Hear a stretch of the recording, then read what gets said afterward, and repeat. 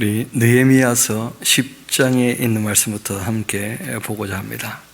1차 포로 기한이 있었고, 그리고 이제 성전이 지어졌고, 이제 다 돌아오지 않아서 안타까워서 에스더서 사건이 있었고, 크게 깨달았던 이 에스더와 또 많은 수가 아니었지만 2차 포로 기한이 또 있게 되었고, 말씀대로 하고자 애를 썼지만 오히려 성벽이 무너지는 참 어려운 일을 당하고 또 10수년 세월이 흘렀는데 이 에스라가 느헤미야에게 도움을 청함으로써 이 3차 포로 귀환이 있게 되어졌고, 그리고 이제 돌아와서 그 성벽이 다 중수되고 그 성경 강좌라 그러죠, 그렇죠? 모세가 부탁한 그것이 960년 만에 처음으로 한번 다 이루어지고, 사람들이 말씀을 보면서 이제 결단을 하고 하나님 앞에 바로 서기로 합니다. 그래서 그 말씀을 따라 살기로 임봉한 사람들 그 명단이 다 나와요. 그 명단이 다 나오는 이유는 역사적 사실이라는 것을 우리에게 확실하게 반증해주는 내용이기도 합니다. 그 행정 문서가 있었다는 것이죠. 그 임봉한 자는 이 하갈의 아들 총독 느헤미야와 시드기야, 스라야, 아사랴, 예레미야, 바술, 아마랴, 말기야, 핫두스, 스바냐, 말룩, 하림, 무레못, 오바댜, 다니엘, 긴느돈, 바룩, 무슬람, 이 아비야, 미야민, 마시야, 이 빌게, 스마야이니, 이는 제사장들이었고, 그리고 또 레위 사람 곧 이 아사냐의 그 아들 예수와 또 헤나닷의 그 자손 중 빈누이, 감미엘 그 형제 스바냐, 호디야, 그리다, 블라데야, 하남, 미가, 루움, 하사비야, 사꿀, 세리바, 스바냐, 호디야, 바니, 부니누요, 또 백성의 우두머리들 곧 이 바로스, 바하모앗, 그리고 이 엘람, 사뚜바니, 분니, 아스가, 베베, 아도니아, 비그베, 아딘, 아델, 히세기야, 아술, 호디야, 하숨, 베세, 하립, 아나돗, 노베, 믹비, 아스, 무슬람, 헤실, 무세사벨, 사독, 핫두아, 블라데야, 하난, 아나야, 호세야, 하나냐, 합숲, 또 할르헤스, 빌라, 소백, 룹, 하삼나, 마세야, 아이야, 하난, 아난, 말룩, 하림, 바나이었다. 그 남은 백성과 제사장들과 레위 사람들과 문지기들과 노래하는 자들과 느림 사람들과 및 이방 사람과 절교하고 하나님의 그 율법을 준행하는 모든 자, 또 그 아내와 그들의 그 자녀들 곧 지식과 총명이 있는 자들은 다 그들의 형제 귀족들을 따라 저주로 맹세하기를, 우리가 하나님의 종 모세를 통하여 주신 하나님의 율법을 따라 우리 주 여호와의 그 모든 계명과 규례와 율례를 지켜 행하여 우리의 딸들을 이 땅 백성에게 주지 아니하고 우리의 아들들을 위하여 그들의 딸들을 데려오지 아니하며, 혹시 이 땅 백성이 안식일에 물품이나 온갖 곡물을 가져다가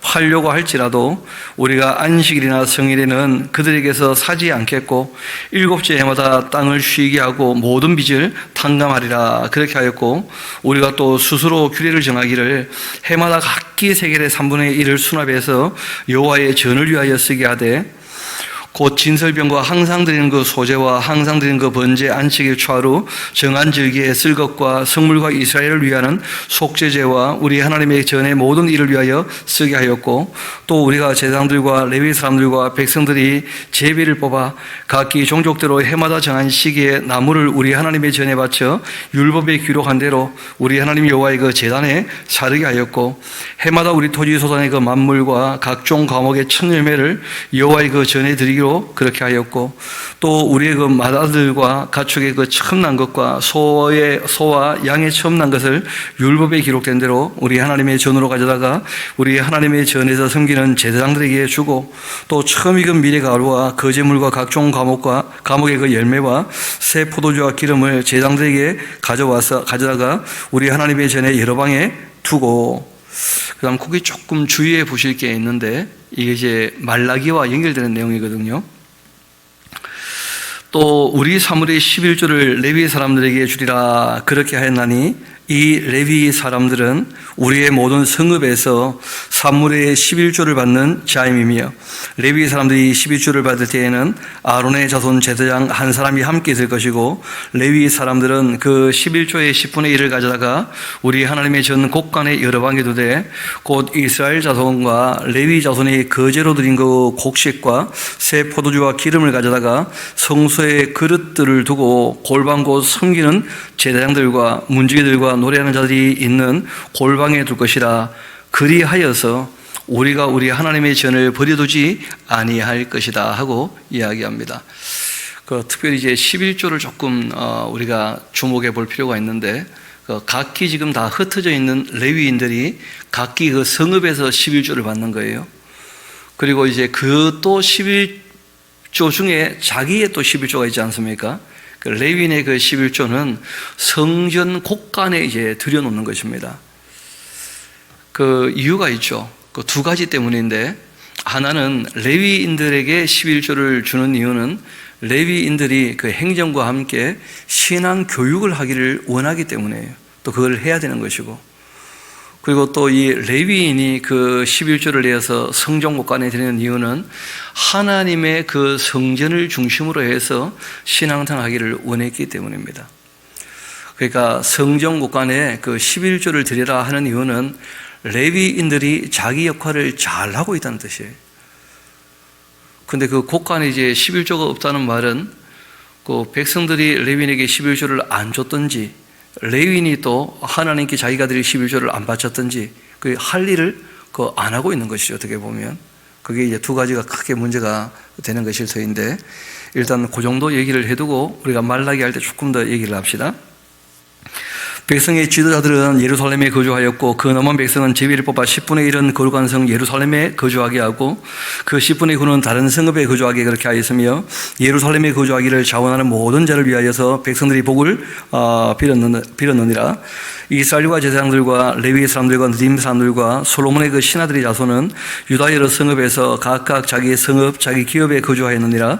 예루살렘에 거주한 그 지방의 지도자들은 이러한데, 예루살렘에 거주한 자는 유다 자손과 베냐민 자손 몇 명인데, 유다 자손 중에는 베레스 그 자손 아다야이니, 그는 우시아의 아들이고 스가라의 그 손자요 아마라의 증손이고 스바나의 현손이고 말랄렐의 오대손이고, 또 마세아니, 그는 바룩의 아들이고 골로세의 그 손자고 하사야의 그 증손이고 아다의 현손이고 요아립의 오대손이고 스가랴의 그 육대손이고 실로 사람 칠대손이라. 예루살렘에 거주한 베레스의 자손은 모두 468명인데 다 용사였다. 베냐민 자손은 살루인데 그는 무슬림의 아들이고 요에스의 그 손자고 부다야의 그 증손이고 골라의 현손이고 마세아의 그 오대손이고 이디엘의 그 육대손이고 여사야의 그 칠대손이고, 그 다음은 갑배와 또 살레 등인데 모두 928명이다. 시그리의 아들 요엘이 그들의 그 감독이 되었고, 하수 노아의 그 아들 유다는 버금이 되어서 성읍을 다스렸느니라.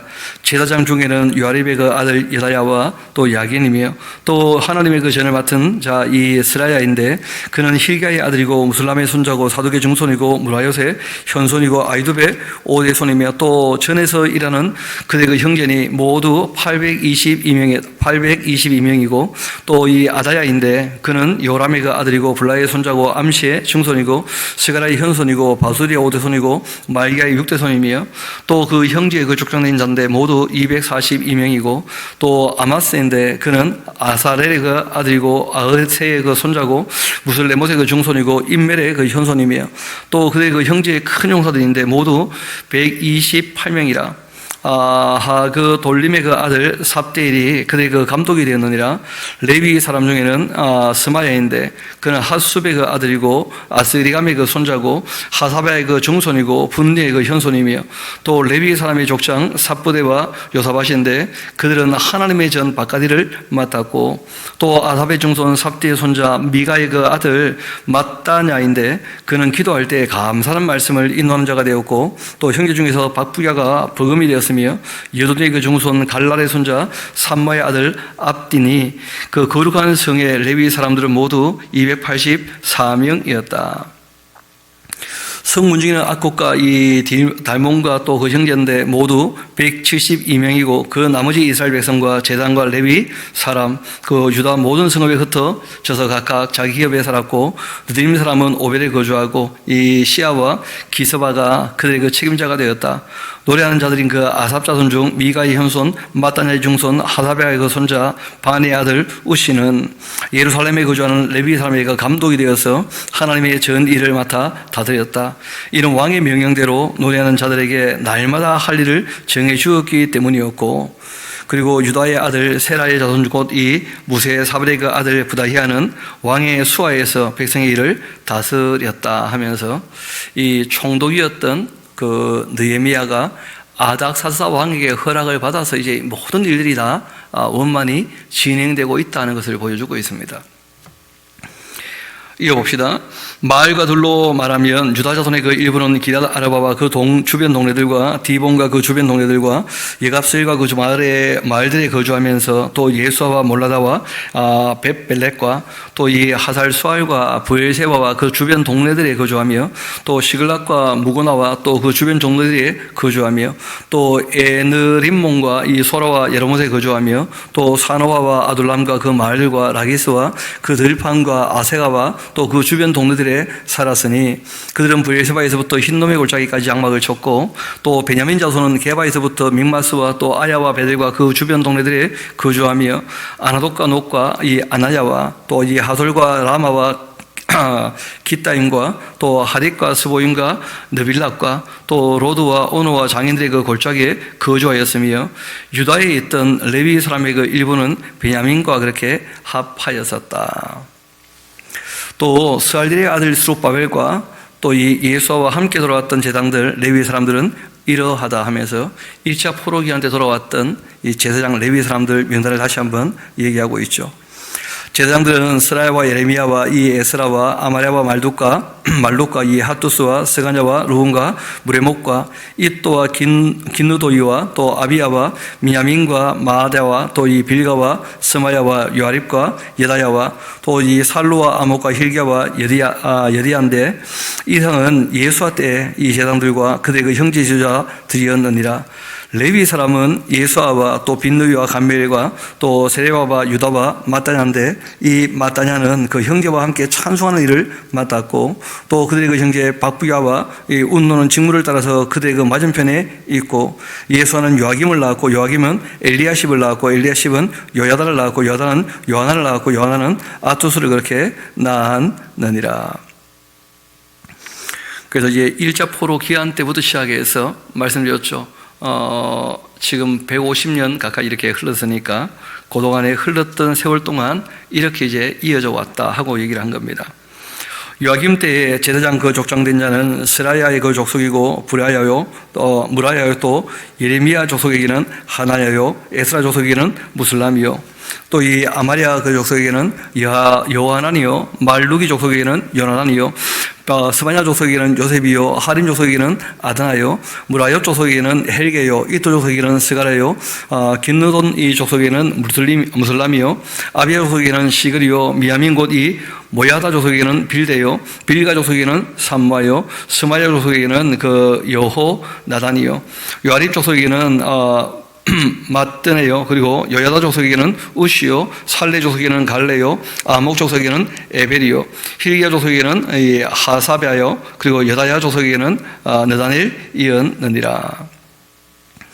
그렇게 엘리야십과 여야다 또 이 요하난 그 야뚜아 때 이 레위 사람의 그 족장이 모두 책에 기록되었고 이 바사왕 그 다리오 때 제사장도 책에 기록되었고 레위 자손의 그 족장들 엘리야십의 그 아들 요하난 때부터 역대 지략이 다 기록되었다. 레위 족속의 주자들 이 하사베아, 세레바 또 이 감멜의 그 아들 예수아라 그들은 그들의 그 형제의 맞은편에 있어서 하나님의 사람 다윗의 명령대로 순서 따라 주를 찬양하며 감사하고 마따냐, 박국야 또 이 오바데야, 무슬람, 달몬과 아굽은 다 문지기로 순서대로 문 안의 곡간에 파수하였다. 이상의 모든 사람들은 요사닥의 그 손자 예수아의 아들 요아김과 총독 느헤미야와 또 제사장 겸 학사 그 에스라 때에 있었다.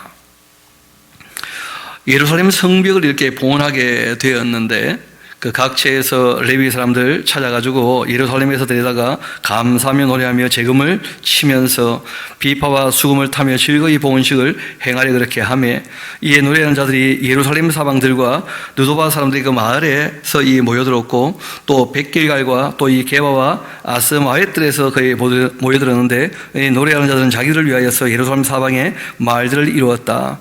제사장들과 레위 사람들이 몸을 정결하게 이렇게 하고, 또 이 백성과 성문과 성벽을 정결하게 했고, 이에 내가 유다 방백들을 성벽 위에 오르게 하고서 또 감사 찬송하는 자에게 큰 무리를 둘로 나누어 성벽 위로 대오를 지어서 가게 하였는데, 한 무리는 오른쪽으로 분문을 향하여 가게 하였다. 그래서 이 에스라와 느헤미야와 함께 이제 성경을 다 한번 읽고 난 다음에 사람들이 결단해서 주의 말씀대로 살기로 했을 때, 성벽 이 봉헌식을 이제 하게 될 때, 다윗이란 인물이 성전을 수직하고 예루살렘 그 성전과 함께 예루살렘 성읍을 잘 하나님께 이제 바쳐드릴 때, 이렇게 했었다는 기록이 남아 있었거든요. 그 기록을 이제 참고해서, 역대기에 그 기록이 다 남아 있지 않습니까? 그걸 참고해서 이제 그 행사를 한번 해본 거예요. 그러니까 그 행사를 할 때는 참 분위기 좋았겠죠. 다들 막 마음에 결단하고 주님을 섬기기로 했으니까. 그런데 그게 이제 그리 오래 가지 않았다 하는 것을 이제 얘기하고자 이 얘기를 아주 장황하게 이렇게까지 준비를 해서 그렇게 하나님을 섬기기로 했었는데, 그런데 잘 아시는 것처럼 그 느헤미야가 처음에 왔을 때 이제 이 일이 있었고, 그리고 난 다음에 그 12년 그 총독을 하고 다시 돌아갔지 않습니까? 그리고 한 2년 정도 있다가 다시 왔는데 이미 모든 사람의 마음이 떠나버린 거예요. 그러니까 사람의 마음을 일으켜가지고 뭘 행사가 있을 때는 으쌰으쌰 좀 하거든요. 근데 그 예수님 말씀이 이런저런 맹세를 하고 결단을 하고 행사를 하는 것이 그게 유익하겠냐는 거예요. 생활로 이어지지 않는데. 그래서 예수님 부탁은 뭘 맹세 같은 거 좀 하지 말고, 그 옳은 것 있으면 그냥 꾸준히 옳게 하라는 거예요.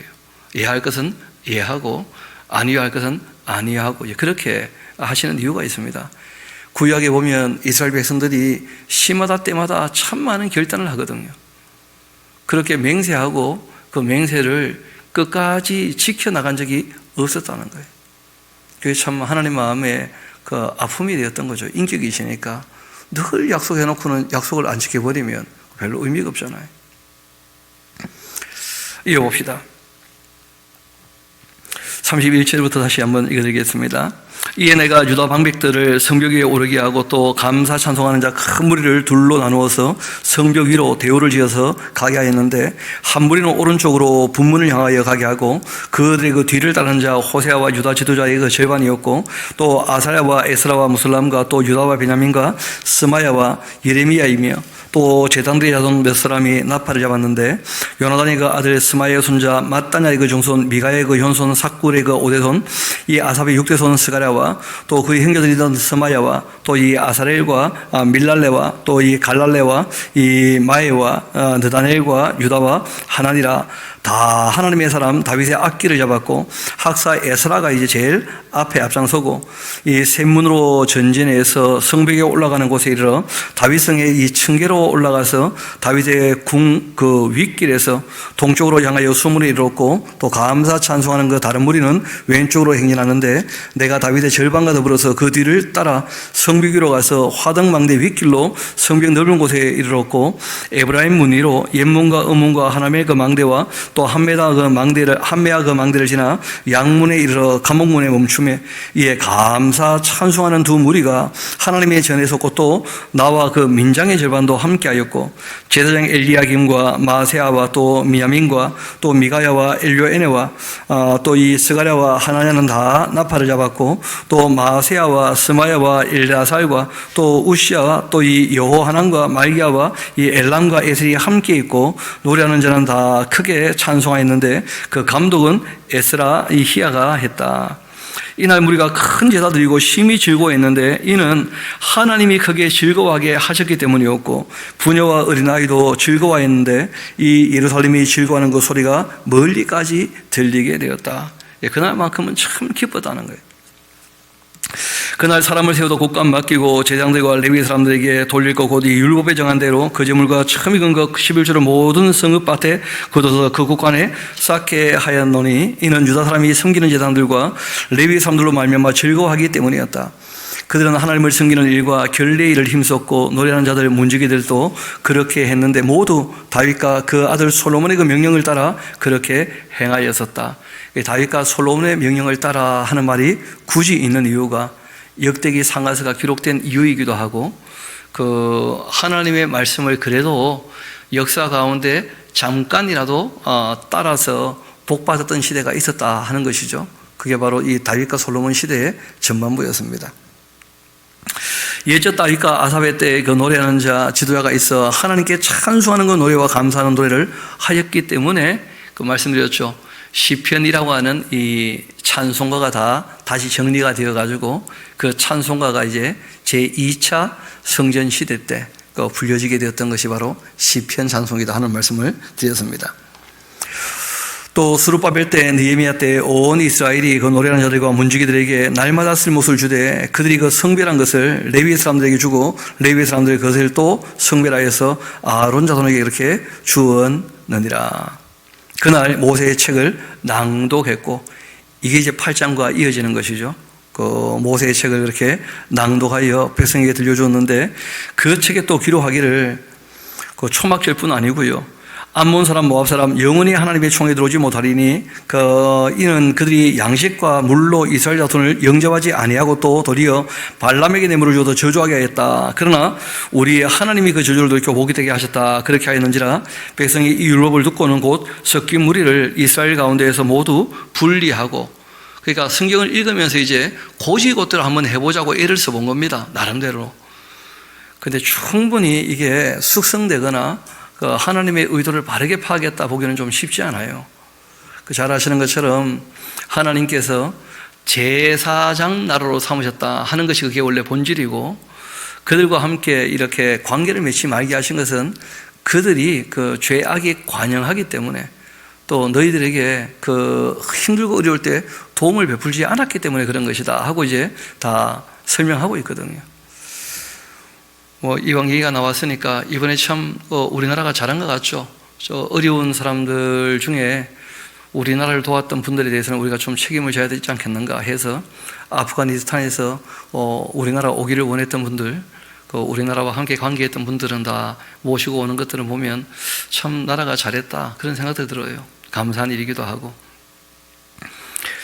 그 마음이 조금 그렇게 씀씀이가 있어야 될 텐데 이어봅시다. 반면 이제 그 모압과 암몬 그 율법대로 하겠다고 했는데 그런데 기록된 내용과 또 그 내용이 나오게 되었던 그 배경까지 다 살피게 되어지면 하나님의 의도를 조금 알 수 있게 되거든요. 그렇지만 이 당시 이분들 입장에서는 뭐 하나님 말씀대로 하겠다 애써 보는 거예요. 지금 이어봅시다. 모두 그렇게 분리했는데 이전에 우리 하나님의 그 전의 방을 맡았던 제사장 엘리야십이 도비아와 또 연락을 하고 있었다. 백성들은 말씀대로 하겠다고 애를 써보는데 오히려 그 제사장은요 도비아와 연락을 하고 있었다 이렇게 돼 있어요. 산발라 도비아 게셈 기억나시죠? 그 성벽이 무너졌을 때 그걸 다시 중수하겠다고 했을 때 아주 방해하고 못되게 굴었던 이방인들이 있지 않습니까? 그 중에 도비아라는 사람이 있었거든요. 그런데 그 제사장들은 오히려 그런 사람들하고 관계를 맺고 있어요. 심지어 도비아를 위해서 방을 하나 크게 만들어서 맡겼어요. 그 방은 원래 이 소재물 유황 그릇과 또 레위의 사람들과 노래하는 자들 문지기들에게 11조 주는 그 곡물, 새 포도주, 기름 또 이 제사장들에게 주는 거제물을 주는 곳이기도 합니다. 그러니까 이 백성들이 또 11조를 바치게 되어지면 그 11조 또 각 지방에 있는 레위인들이 또 11조를 바치면 그 곳간에 11조가 있게 되어지고 그것 가지고 또 이 예루살렘에 있는 그 레위인들도 먹이기도 하고 성전에 쓰기도 하고 그렇게 하는 것인데 그 방에 왜 도비아 사무실이 만들어지느냐? 안 바치니까 비었다는 거예요. 왜 이런 일이 벌어지느냐 하면 이런 그 3절과 4절 사이에 좀 간격이 있습니다. 그 3절과 4절 사이에 그 어떤 간격이 있느냐 하면 예레미야라고 하는 분이 이제 예레미야란다. 이 에스라라고 하는 분 느헤미야와 함께 이 모든 이제 성경 강좌까지 다 마치고 그리고 10년 정도 그 말씀대로 살려고 이제 애를 써볼 때 그 에스라는 아마 그 기간 가운데 별세하셨는지 아니면 너무 나이가 많아서 이제 일을 전면에서 못 하시게 되었는지, 왜냐하면 정말 그 율법대로 계속했다면 매년 그 절기를 지켰어야 될 것이고 또 성경 강좌라 하는 것도 7년에 한 번씩은 했으면 한 번 더 했어야 되거든요. 근데 그런 이제 기록이 더 이상 남아있지 않는 거예요. 그리고 이제 잘 아시는 것처럼 휴가 기간이 만개되면 다시 돌아가야 되지 않습니까? 이 느헤미야는 그렇게 약속을 했으니까 왕하고, 그리고 이제 돌아가서 한 2년 정도 그 틈이 있거든요. 느헤미야가 다시 또 돌아옵니다. 근데 그 2년 정도 틈이 있는 동안에 이제 일어난 일들을 얘기를 하고 있는 거예요. 그러니까 사람들이 그 에스라나 느헤미야가 있을 때는 뭐 좀 하는 것처럼 보였는데, 그런데 뭐 잠시 자리를 비우자 뭐 바로 그냥 일이 안 되고만은, 그 얘기를 지금 우리에게 보여주고 있는 것이죠. 이어봅시다. 이전에 그 우리 하나님의 그 전의 방을 맡았던 제사장 엘리야십이 도비아와 연락을 하였는데, 도비아를 위하여 큰 방을 만들었고 그 방은 원래 소재물 유황 그릇과 또 레위 사람들, 노래하는 자들, 문지기들에게 11조 주는 그 곡물과 새 포도주와 기름과 또 제당대에게 주는 그 거제물을 두는 곳이다. 그때 내가 예루살렘에 있지 아니하였다. 그리고 그때 대략 연도를 좀 기록하시면 좋겠죠. BC 432년쯤 되겠죠. 그렇죠? 444년에 이분이 와서 12년 일했으니까 BC 432년쯤 되었고, 제가 아까 전에 그 조금 연도를 잘못 말씀드렸던 것 같은데, 그 1차 포로 기한부터 시작해서 한 150년 지난 게 아니고 100년쯤 지났죠. 100년. 왜냐하면 536년에 돌아왔으니까 한 100년쯤 지났을 때입니다. 이어봅시다. 그때 이 바벨론 왕 아다사 32년에 내가 왕에게 나아갔다가 매출 왕에게 말미를 또 청하고 예루살렘에 이르러서야 엘리야십이 도비아를 위하여 하나님의 전뜰 방을 만들었던 악한 일을 내가 알게 되었고, 내가 심히 근심하고 도비아의 세간을 그 방 밖에 다 내던져버리고 명령을 내서 그 방 정결하게 하고 하나님의 전의 그릇과 소재물과 요왕 다시 그리로 들여놓았다. 내가 또 알아보니까 레위 사람들 맡을 몫을 주지 아니했기 때문에 그 직무를 행하는 레위 사람들, 노래하는 자들 각각 자기 방으로 다 밭으로 다 도망해버렸고, 또 내가 모든 민장들을 꾸짖어 이르기를 하나님의 그 전이 어찌하여 버림하되었냐 하고 곧 이 레위 사람을 다 같이 불러 모아가지고 제자리에 세워두기도 했는데, 이에 온 유다가 곡식과 또 새 포도주와 기름의 그 11조를 가져다가 곳간에 드리기 시작했다. 그 느헤미야가 시키면 그 억지로 좀 하고, 지금 이제 그런 입장이 되었다는 것이죠. 내가 제장 셀레마와 또 서기관 사독과 레위 사람 부도냐를 창구주기로 삼고 마따냐의 그 손자 사꿀의 아들 하나를 복음으로 삼았는데, 이는 그들이 충직한 자로 인정됨이라. 그 직분은 형제들에게 분배하는 일이었다. 내 하나님이여, 이 일로 말미암아 나를 기억해 주옵소서. 내 하나님의 그 정과 그 모든 직무를 위하여 내가 행한 선한 일을 도말하지 말아주시기를 원합니다 하고 이분이 기도했지만, 결국은 이 느헤미야의 모든 수고도 시간이 조금 지나면 다 허위로 돌아가고 말아요. 느헤미야는 정말 바르게 알고 힘쓰고 있었지만, 그러나 그것이 느헤미야 다음에 누가 일하느냐에 따라서 다 달라지고 말거든요. 우리가 전도서 내용 봤지 않습니까? 솔로몬이 제일 답답해하는 게, 내가 이루었던 이 성취에 누가 이어서 일해주겠는가? 없다는 거죠.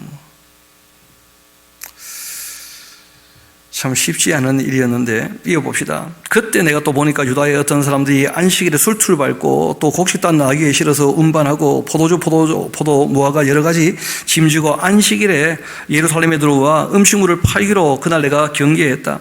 또 이 두로 사람이 예루살렘에 살면서 물고기와 각양 물건을 가져다가 안식일에 예루살렘에서도 이 유다 자손에게 팔기로 내가 유다의 그 모든 귀인들을 꾸짖어 그들에게 이르기를, 너희가 어찌 이 악을 행하여서 안식일을 범하냐? 너희 조상들이 이같이 행하지 아니하였냐? 그래서 우리 하나님이 이 모든 재앙을 우리와 이 성읍에 내리신 것 아니더냐? 그럼에도 불구하고 너희가 안식일을 범하여 이 진노가 이스라엘에게 더욱 심하게 임하도록 그렇게 하는구나. 그렇게 하고는 안식일 전 예루살렘의 성문이 어두워져 갈 때에 내가 성문을 닫아버리고 안식일에 지나가기 이 전에는 열지도 말라 했고 나를 따르는 군 종자 며칠 성문마다 세워서 안식일에는 아무 짐도 들어오지 못하게 이렇게 하였다. 장사꾼들과 각양 물건 파는 자들이 한두 번 예루살렘 성 밖에서 잠으로써 내가 그들에게 경계하여 이르기를 너희가 어찌하여 성 밑에서 자냐 다시 이같이 하면 내가 잡으리라 그렇게 했는데 그 후부터는 안식일에 그들이 다시 오지 아니하였다. 내가 또 레위 사람들에게 몸을 정결하게 그렇게 하고 와서 성문을 지켜 안식일을 거룩하게 하라 그렇게 했는데 내 하나님이여 나를 위하여 이 일도 기억해 주시고 또 주의 크신 은혜대로 나를 아껴 주시면 좋겠습니다 하면서 느헤미야는 정말 주님의 뜻대로 살기를 원하고 하나님의 사랑을 덧입기를 바라는 그런 마음이 늘 있었거든요.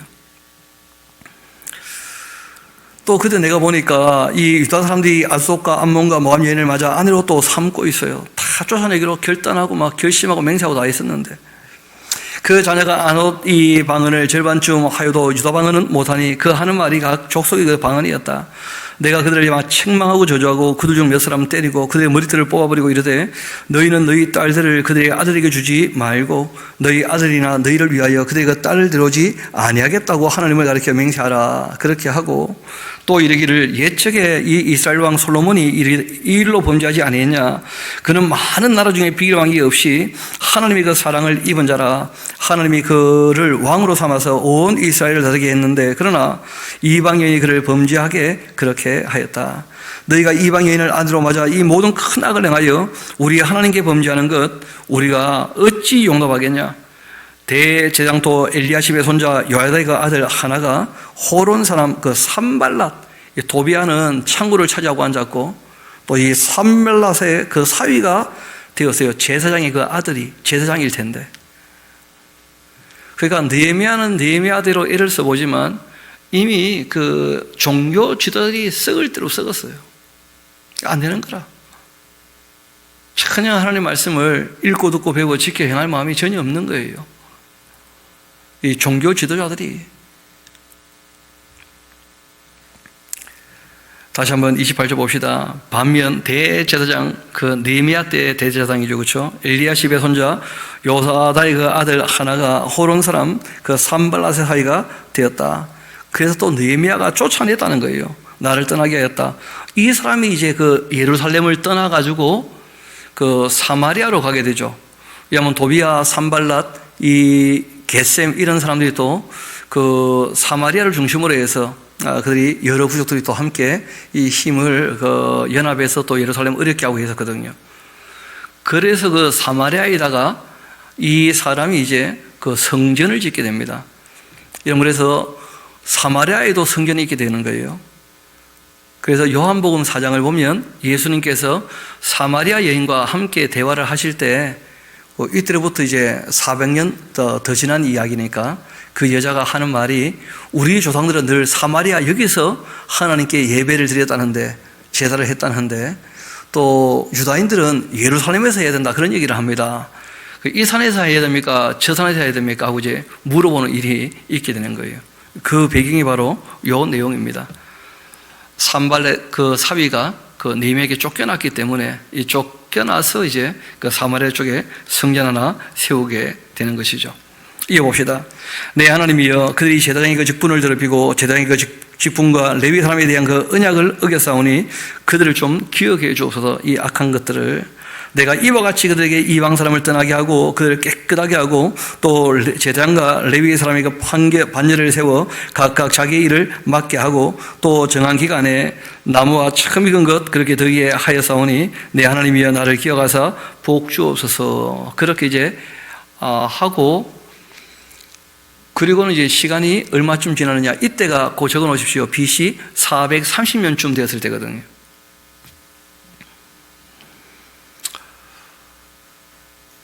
그리고 뭐 느헤미야라고 영원히 사는 거 아니잖아요. 그 한 10년, 뭐 길어야 한 20년 그쯤 되면 이미 뭐 나이가 많고 은퇴했든지 별세하셨든지 그쯤 되어집니다. 그리고 이제 한 10년 세월쯤 더 지난 거예요. 그 BC 이제 400년 이야기가 말라기 그 시대거든요. 그 하나님 입장에서는 그 아브라함을 불러보시고 또 그 후손을 통해서 그 이스라엘 민족을 제사장으로 삼아보시고 또 그들 중에 그 레위 지파를 세워보시고 또 제사장을 세우시고 또 사사를 보내시고 또 왕을 그들이 원하는 대로 또 세워주시고 또 끊임없이 예언자를 또 보내시고 그리고 이제 이 바벨론까지 충분히 가서 또 훈련하고 돌아와서 성경까지 다 읽어봤는데 하나님 입장에서 해볼 거 다 해보셨다는 거거든요. 그런데도 전혀 이제 이스라엘 백성들이 하나님께 돌아올 기미가 보이지 않으니까 하나님께서 그만두기로 하시는 거예요. 그래서 이 말라기가 이제 기록이 된 것인데 우리 말라기 같이 한가 봅시다. 하나님께서 이스라엘 백성들을 애굽에서 불러내시고 그때부터 이제 천년이 지난 거죠. 천년이. 가나안 땅 들어가서 그 천년이 지나고 난 다음에 결론이 말라기예요. 하나님께서 이스라엘 백성들을 가나안 땅에서 제사장 나라로 그렇게 삼아서 일을 좀 맡겨보려고 하나님이 애써보셨지만 천년 동안 힘썼던 그 하나님의 모든 일들이 어떻게 보면 참 허사로 돌아가는 듯 그렇게 보입니다. 사람을 통해 하시는 일들은 사람이 순종하지 않으면 그게 잘 되지 않거든요.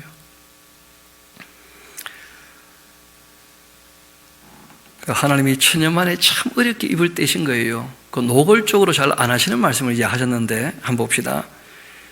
말 그대로 이제 뭐 결별을 앞두고 있으니까 이 속에 있는 말을 진짜 다 해버립니다. 그냥 여호와께서 말라기를 통해 이스라엘에게 말씀하신 경고문이다.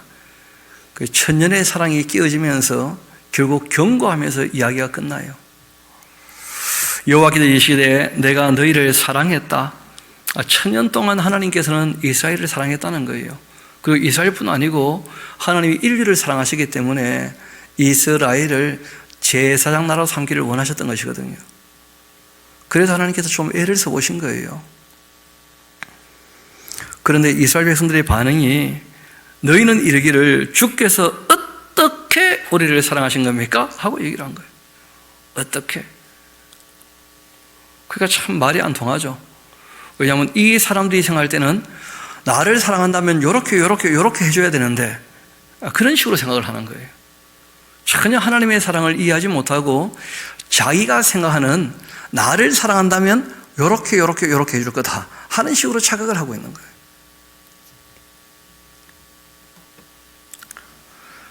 하나님이 인격적으로 대하신 것이 사랑이었거든요. 그런데 이스라엘 백성들 입장은 하나님이 자기를 내버려 두더니 잘못할 때마다 좁혔다 이렇게밖에 기억이 없는 거예요.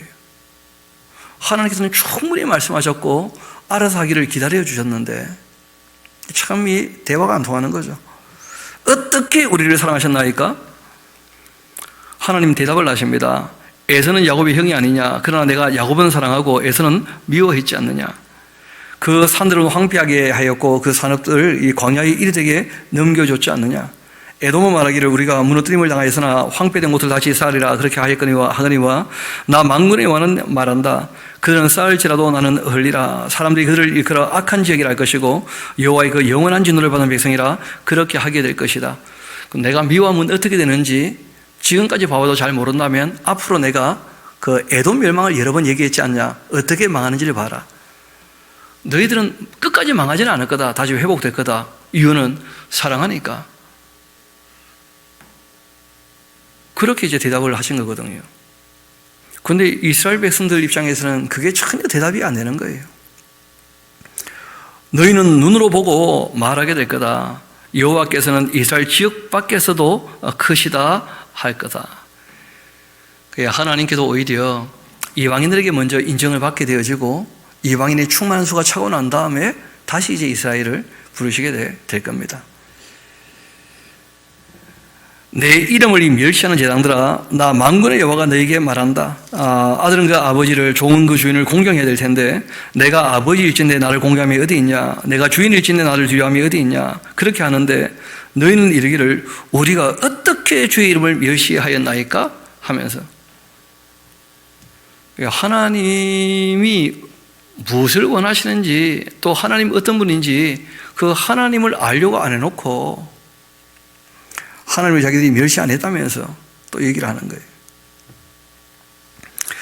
너희가 더러운 떡을 나의 전하에 드리고도 말하기를 우리가 어떻게 주를 더럽게 하였나이까. 그렇게 하는구나. 이는 너희가 여호와의 식탁은 경멸이 이길 것이라 말하기 때문인데, 만군의 여호와가 말한다.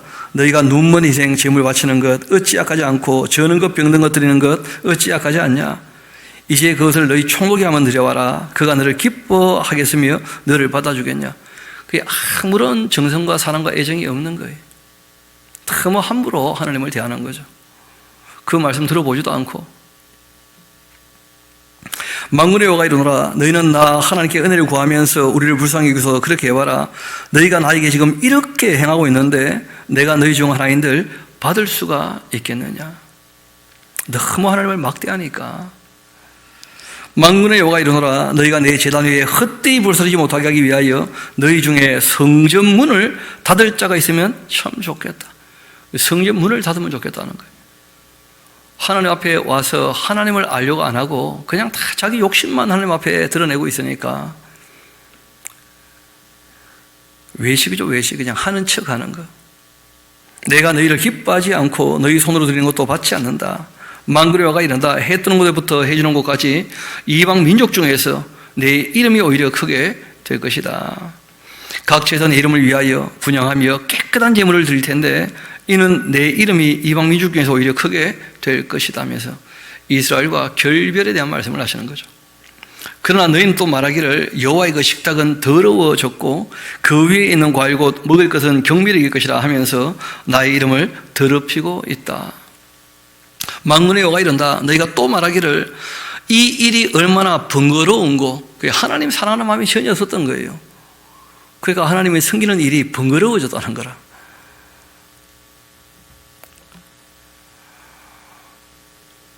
그렇게 하면서 코tum치고 훔친 물건 저는 것 병든 것 가져왔는데 너희가 이같이 보물을 내게 가져오니 내가 그것을 너희 손에다 받겠냐. 이는 여호와의 말이라. 짐승대 중에 수컷이 있는데 그 소원하는 일에 흠 있는 것으로 속여 내게 드리는 자 저주받게 될 거다.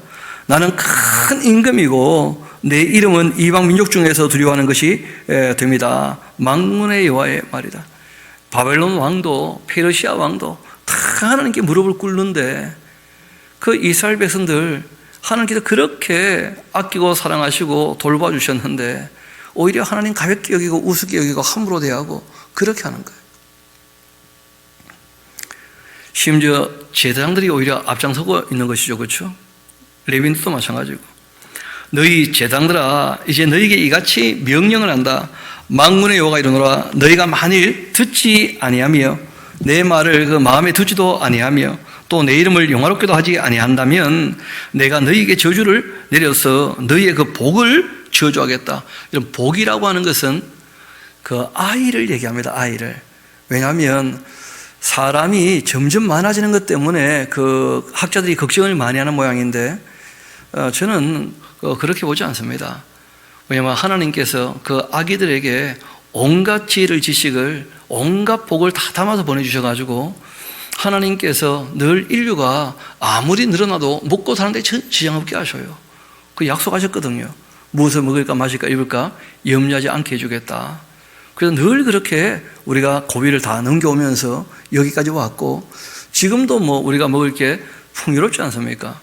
실제로 배분이 잘못되어서 굶주리는 사람이 있는 것이지 그 양식의 절대량이 부족한 적은 인류 역사상 없었거든요.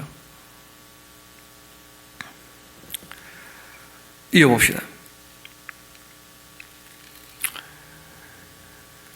그런데 그 복을 내가 저주하겠다 하시면서 이제 그 자녀들에 대해서 이 제사장들의 자녀가 제사장 되는 거 아닙니까? 그런데 제사장들이 자기 역할을 제대로 감당 안 하니까 더 이상 그 역사가 이어져 가봤자 무슨 의미가 있겠냐는 거예요. 하나님께서 지금 얼마나 속이 상하시는지. 이어봅시다. 내 이름을 영화롭게 하지 아니하면 내가 너희에게 저주를 내려 너희 복을 저주하겠다. 아니 내가 이미 저주했어. 더 이상 복 내릴 마음이 없다는 거예요. 하나님께서. 그래서 400년 동안 구약과 신약 그 중간사라고 우리가 보통 얘기를 하는데 아주 혹독하게 이 이스라엘 나라가 그 맷돌질을 당하게 됩니다. 400년 동안. 이어봅시다. 보라 내가 너희 자녀를 꾸질 거고 또 똥 곧 너희 절기의 희생의 똥을 너희 얼굴에 바를 거다. 너희가 그것과 함께 제하여 버림을 당하게 될 거다. 만군의 여호와가 이르노라. 내가 이 명령을 너에게 내린 것, 레위가 세웠던 나의 언약, 그 출애굽기 레위, 그 십계명과 그 레위기죠, 그렇죠? 그 신앙에 대한 이 윤리, 생명에 대한 윤리, 가정에 대한 윤리, 그리고 사회에 대한 그 윤리들이 다 있지 않습니까? 이것이 항상 있게 하려 함인 줄을 너희가 알리라. 레위가 세웠던 나의 그 언약은 생명과 평강의 그 언약 아니냐? 당연하죠. 긍휼과 자비와 공의와 정의를 따른다면 항상 생명을, 겸손과 온유로 산다면 늘 우리가 평안을 누릴 수 있게 되는 거 아니겠어요? 당연히. 내가 이것을 그에게 준 것인데 그로 경외하게 하려고 함이었다. 그가 나를 경외하고 내 이름을 두려워했었는데, 처음에 그 레위 그 후손들은 그 입에는 진리의 법이 있었고 그 입술에 불의함이 없었고, 그가 화평함과 정직함으로 나와 동행하면서 많은 사람을 돌이켜 주야기에서 떠나게 하였었다. 그렇게 제사장의 입술은 이 진리에 대한 그 지식, 하나님의 율례와 법도 이 지식을 지켜야겠고, 사람들은 그의 입에서 그 하나님의 그 뜻, 하나님의 그 진리의 말씀, 그 율법을 구하게 되어야 할 것인데, 제사장은 만군의 여호와의 그 사자가 됨인데, 너희는 그 옳은 길 떠나서 많은 사람을 율법에 거스르게 하고 있다. 나 만군의 여호와가 이른다. 너희가 레위의 그 언약을 깨뜨렸다. 너희가 내 길을 지키지도 않고 율법을 행할 때에 사람에게 치우치게 그렇게 했다. 유전과 전통을 너무 많이 만들어서 하나님의 율례와 법도를 주님의 그 의도대로 사랑의 법으로 쓰지 않았다는 거예요. 나도 너희로 하여금 모든 백성 앞에서 멸시와 천대를 당하게 하였다. 그렇게 하십니다. 이런 하나님의 그 음성을 알아들었을 때 그 예언자가 이제 하는 얘기겠죠. 우리는 한 아버지를 가지지 않았냐? 한 하나님이 지으신 바가 아니냐? 어찌하여 우리 각 사람이 자기 형제에게 거짓을 행하면서 우리 조상들의 그 언약을 욕되게 하냐? 유다는 거짓을 행하였고 이스라엘과 그 예루살렘 중에서는 가증한 일을 행하였으며, 유다는 여호와께서 사랑하시는 그 성결을 욕되게 했다는 거예요. 하나님이 정말 그 아끼고 사랑하는 것 중에 하나가 뭐냐면 부부가 한 남자와 한 여자로 해로하는 거예요. 성결함, 가정윤리를 얘기하거든요. 그 신앙윤리와 함께 지금 이제 생명윤리, 가정윤리, 사회윤리 다 다루게 되는데, 이어봅시다. 그 성기를 욕되게 하여서 이방신의 그 딸과 결혼했으니까 이 일을 행하는 사람에게 속한 자, 깨는 자, 응답하는 자 물론이고, 만군의 여호와께서 여호와께 제사 드리는 자도 할지라도 여호와께서 야곱의 장막 가운데서 끊어버리실 것이다. 이방신의 딸과 결혼했으면 당연히 또 그 종교가 영 혼합이 되어지고 엉망이 되겠죠. 또 너희가 이런 일도 행하는구나. 곧 이 눈물과 울음과 탄식으로 여호와의 제단을 가리게 하는데, 이게 또 무슨 말이냐면 남자가 자기 부인을 너무 괴롭히니까 부인은 또 늘 하나님 앞에 와서 울고 앉아서 그냥 그게 일상이었다는 거예요. 그게 서로 가정이 화목하지도 않고 부부간에 사랑도 하지 않고, 너희가 이런 일도 행하는구나. 곧 이 눈물과 울음과 탄식으로 여호와의 그 제단을 가리게 하는데, 그러므로 여호와께서 다시는 너희 그 보물을 돌아보지도 않고 그것을 너희 손에 기꺼이 받지도 아니하시거늘 너희는 이르기를 어찌 됨이니까 그렇게 하는구나. 이는 너가 어려서 맞이한 그 아내 사이에 여호와께서 증인이 되시기 때문인데, 그는 너의 짝이고 너와 서약한 아내인데 너가 그에게 거짓을 행한 것 아니냐. 지금도 이슬람 보니까 그런 거 있지 않습니까? 여러분, 이번에 신문에 보니까 끔찍한 얘기들 꽤 올라오지 않습니까? 그 탈레반에게 무조건 부인을 맞아주려고 12살부터 24살 그 처녀들 다 조사해가지고 다 명단 작성해서 그냥 상 주듯이 여자를 주는 거예요. 게다가 또 밥을 하랬는데 음식을 잘못했다나 끌어내가지고 불태워 죽였다는 거 아니에요? 그런 얘기들 이렇게 신문에 보면, 야, 종교라는 게 진짜 이 진리와 사랑이 없으면 얼마나 끔찍하게 변할 수 있는지. 특별히 남자와 여자가 다 하나님의 형상이라는 것을 인정하지 못하고 남자만 하나님의 형상이라 착각을 하는 종교가 의외로 있는 것이죠. 그 유대인들도 크게 오해를 한 거예요. 그런 부분에 있어서. 그래서 여성을 너무 함부로 대했다는 거예요. 하나님에게는 영이 충만하시지만 한 남자와 한 여자, 아담과 하와 오직 하나만 지으셨지 않느냐? 어찌하여 하나만 만드셨겠느냐? 이는 경건한 자손을 얻고자 하심인데, 그러므로 너희 심령을 삼가 지켜 어려서 맞이했던 그 아내에게 거짓을 행하지 말아야 할 터인데, 이스라엘 하나님 여호와가 이르노니 나는 이혼하는 것, 옷으로 이 학대를 가리는 자 나는 미워한다. 만군의 여호와의 말이다. 그러므로 너희의 심령을 삼가 지켜 거짓을 행하지 마라. 그 천으로 몸을 꽁꽁 그렇게 감싸게 되는 이유 중에 하나가 뭐냐면, 너무 많이 좁히니까 상처가 나니까 그 상처 남들한테 안 보이려고, 그래서 그런지도 몰라요. 이 학대를 옷으로 가린다는 말이 그런 말이거든요. 그러니까 남자가 뭐 주먹에 힘이 있으니까, 제가 보니까 우리 바로 앞 세대만 해도 그런 말이 있었어요. 부거와 여자는 3일에 한 번씩 맞아야 정신 차린다, 그런 얘기를 했었다고. 얼마나 이 악하고 못된 말이 많았는지. 그러니까 유교도 마찬가지고, 유대교도 못지않았다는 거예요. 이슬람도 마찬가지고. 그러니까 하나님의 그 사랑과 진리에 대해서 바르게 알지 못하면 종교만큼 악한 게 또 없는 거예요, 어떻게 보면. 이어봅시다. 너희가 말로 여호와를 괴롭게 하고도 이르기를 우리가 어떻게 여호와를 괴롭혀야 되나이까, 그렇게 하는구나. 이는 너희가 말하기를 모든 악을 행하는 자 여호와의 눈에 오히려 좋게 보이지 않는가 하면서, 그에게는 기쁨이 된다 하며 또 말하기를 정의의 하나님이 있기는 있냐 하면서, 정의와 공의 그런 거 별로 중요한 게 아니다 하면서,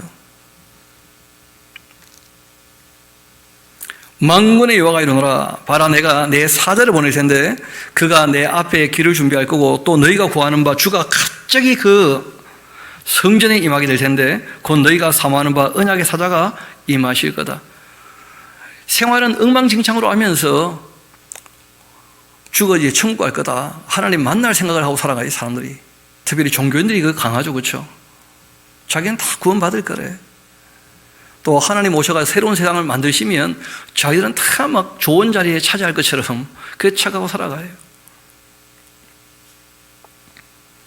그가 임하시는 날 누가 능히 당하며 그가 나타나는 때 누가 능히 서겠는가? 그는 금을 연단하는 자이고 불과 표백하는 자의 그 잿물과 같을 거다. 그가 은을 연단하여 깨끗하게 하는 자같이 앉아 레위 사람을 깨끗하게 할 거고, 금은같이 그들을 연단할 텐데 그들이 공의로운 제물 나 여호와께 바치게 될 때가 올 거다. 그러니까 이런 일이 있기 전에 이제 뭐가 있느냐? 그 인을 떼고 나팔을 불고 진노의 대비에 퍼부어지는 끔찍한 그 재난이 있고 난 다음에 악이 진멸되고 이제 그 다시 고침 받아가지고 그래서 이스라엘을 중심으로 한 회복이 있는 것은요, 천년왕국이. 그때 유다와 예루살렘의 봉헌물 옛날과 고대와 같이 나 여호와께 기쁨이 되려니와 내가 심판하러 너에게 임하는 것이다. 돌이키지 않으면 하나님의 심판이 임하는 거예요. 점시는 자, 간음하는 자, 거짓 맹세하는 자, 품꾼 사세 대하여 억울하게 하고 과부고아를 압제하고 나그네를 억울하게 하며 나를 경외하지 않는 자들에게 속히 내가 증언한다. 만군의 여호와가 말하였다 하면서, 사회윤리나 가정윤리를 가볍게 여기는 사람들 하나님께서 반드시 심판할 거다 하고 몇 번에 걸쳐 말씀하십니다. 또 우리 하나님 바르게 합시다. 하나님은 영원히 변치 않는 분이에요. 나는 여호와인데 변하지 않는 존재다. 구약에 말씀하시는 내용이나 신약에서 말씀하시는 내용이나 한결같으신 분이에요. 영원히 변치 않으신 분이십니다. 스스로 계시고 전지전능하시며 무소부지하시고 영원히 변치 않는 분이에요. 그러므로 야곱의 자손들아, 너희가 소멸되지는 아니할 거다. 왜냐하면 은혜의 언약이 있기 때문이죠. 만군의 여호와가 말한다. 너희 조상들의 날부터 너희가 나의 규례를 떠나 지키지 아니했다. 그 11조를 얘기하는 이유가 여기 있다는 것을 먼저 밝히고 있어요. 규례를 어떻게 해요? 지키지 않았다. 왜 안 지켰죠? 그 레위인들이 안 가르치니까요. 근데 레위인들이 왜 안 가르쳤냐? 레위인들이 먹고 살기도 힘드니까. 그것이 이제 11조의 문제가 되었던 것이거든요. 그래서 우리가 아까 전에 그 느헤미야서를 봤기 때문에 좀 이해가 되실 텐데, 그 느헤미야가 없는 그 짧은 기간 동안 이미 뭐 백성들은 그 총독이 아주 뭐 강력하게 그렇게 일을 하지 않으니까 다 그냥 정성과 애정 다 사라져버리고 대충 해버리고 하니까 레위인들 먹고 살기도 어렵게 되고 다 떠나버렸고, 만군의 여호와가 이르노라 너희 조상들의 날부터 너희가 나의 규례를 지키지 않았다. 그런즉 내게로 돌아와라. 그러면 나도 너희에게로 돌아가리라. 그렇게 했는데 하나님 말씀 앞으로 돌아오라는 거죠. 규례를 지키라고. 그리하면 나도 너희에게로 돌아가리라 했는데 너희가 이르기를 우리가 어떻게 하여야 돌아가리까? 그렇게 하는구나. 사람이 어찌 하나님의 것을 독실하냐? 그러나 너희는 나의 것 독실하고도 말하기를 우리가 어떻게 주의 것을 독실하였나이까? 그렇게 하는구나. 이런 거 11조와 봉헌물인데 너희 곧 이 온 나라가 나의 것 독실하였으므로 너희가 저주를 받았다. 만군의 여호와가 말한다. 너희의 온전한 11조 창고에 들여 나의 집에 양식이 있게 하고 그것으로 나를 시험해서 내가 하늘을 열고 너희에게 복을 살 곳이 없도록 붙지 않나 좀 봐라. 만군의 여호와가 말한다. 내가 너희를 위하여 메뚜기를 금하고 너희 토지소산을 먹어 없애지 못하게 하며 너희 밭에 포도나무 그 열매가 기한 전에 떨어지지 않게 하지 않겠느냐. 하나님의 율례와 법도를 따르면 약속한 복이 있지 않습니까? 그 말씀을 따르지 않으면 뭐가 임하는 거예요? 저주가. 돈 베푼 바치라 지금 그런 얘기하는 게 전혀 아니거든요. 여러분 그 신약에 가보면 아시는 것처럼 박하와 회양과 근처의 11조 땡정거리 한 번 안 떼먹고 다 바쳤다 해도 예수님 말씀은요 독사의 자식이라는 거예요. 이유는 너희가 율법에 더 중한 바 의와 인과 신을 버렸다는 거예요. 진짜 하나님이 원하시는 것은 공의와 정의를 따라 사는 것이거든요. 정말 하나님을 신뢰하고 서로 정말 이 신뢰가 되어서 성실하게 서로 믿고 살아가는 것. 인애와 자비, 긍휼과 자비를 베푸는 것, 이게 실제로 율법이 요구하고 원하는 것이거든요. 그렇게 너희가 내 말을 따랐다면 복받아서 너희 땅이 아름다워지고 모든 이방인들도 너희를 복되다 그렇게 할 텐데 만군의 여호와의 말이다. 여호와가 이르노라 너희가 완악한 말로 나를 대적하고도 이르기를 우리가 무슨 말로 주를 대적하였나이까 하면서 꼬박꼬박 말 듣고 하면서 또 그러는 거예요. 이런 너희가 말하기를 하나님을 섬기는 것 헛되다고 얘기를 한다. 헛되다. 세상은 그렇겠죠. 만군의 여호와 앞에 그 명령을 지키면서 슬프게 행하는 것 뭐가 유익하겠느냐 하면서 하나님 말씀을 따르는 것을 슬프다고 생각을 해요. 억지로 하니까 또 지켜보는 사람들도 참 안 됐다고 생각하는 거예요. 그 억지로 왜 하냐 대체. 다 그러는 것이죠. 지금 우리는 교만한 자가 복되다 하면서 악을 행하는 자 번성하며 하나님을 시험하는 자 화를 면한다. 그렇게 말하고 있다. 그렇게 합니다.